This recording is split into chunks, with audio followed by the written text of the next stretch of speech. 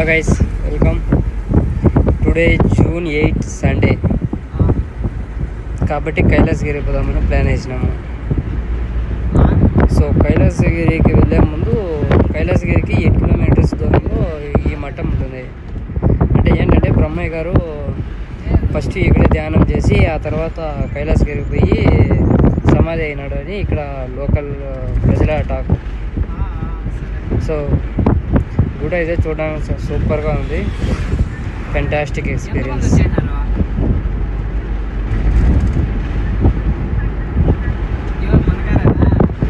గుడి కూడా చాలా పాత గుడి లాగా కనిపిస్తుంది.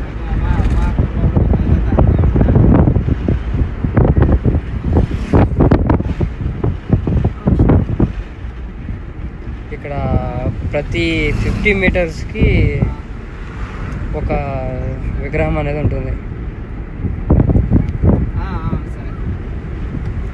ఫ్యామిలీస్కి అయితే ఇది ఫెంటాస్టిక్ సీన్ అన్నమాట.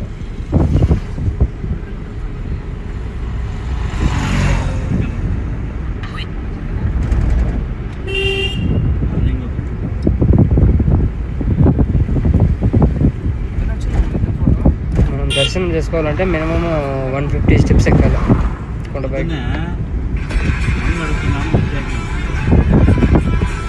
లొకేషన్ పర్ఫెక్ట్ ఉంది ఇక్కడ.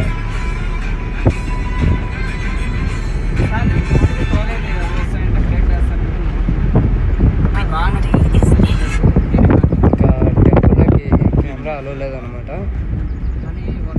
బట్ ఏదో ఫస్ట్గా తీసేస్తున్నాను. సో చెప్పాలంటే కైలాసగిరి కన్నా ఇదే ఎక్కువ బ్యూటిఫుల్గా ఉందని లోకల్గా టాక్. ఇక్కడ చాలా బాగా డెవలప్మెంట్ చేసినారు.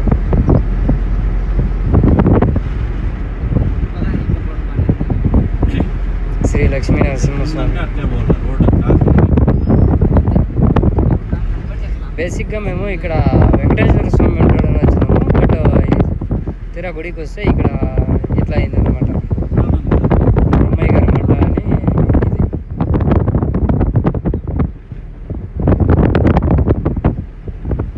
Okay, return to Kailasagiri.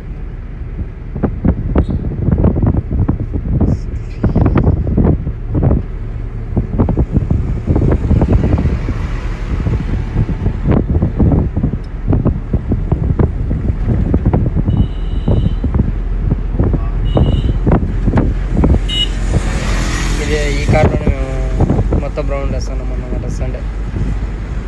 ఇది మా ఫ్రెండ్ కార్, వీడియో మా డ్రైవర్.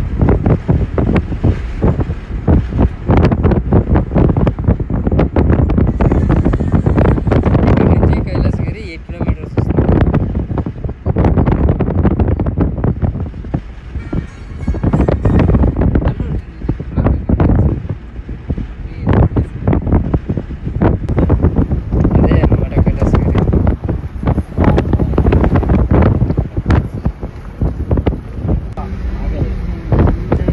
ఫైనల్గా మనం కైలాసగిరికి రీచ్ అయిపోయాం. కైలాసగిరి టెంపుల్. ఇక్కడే బ్రహ్మయ్య గారు టాక్.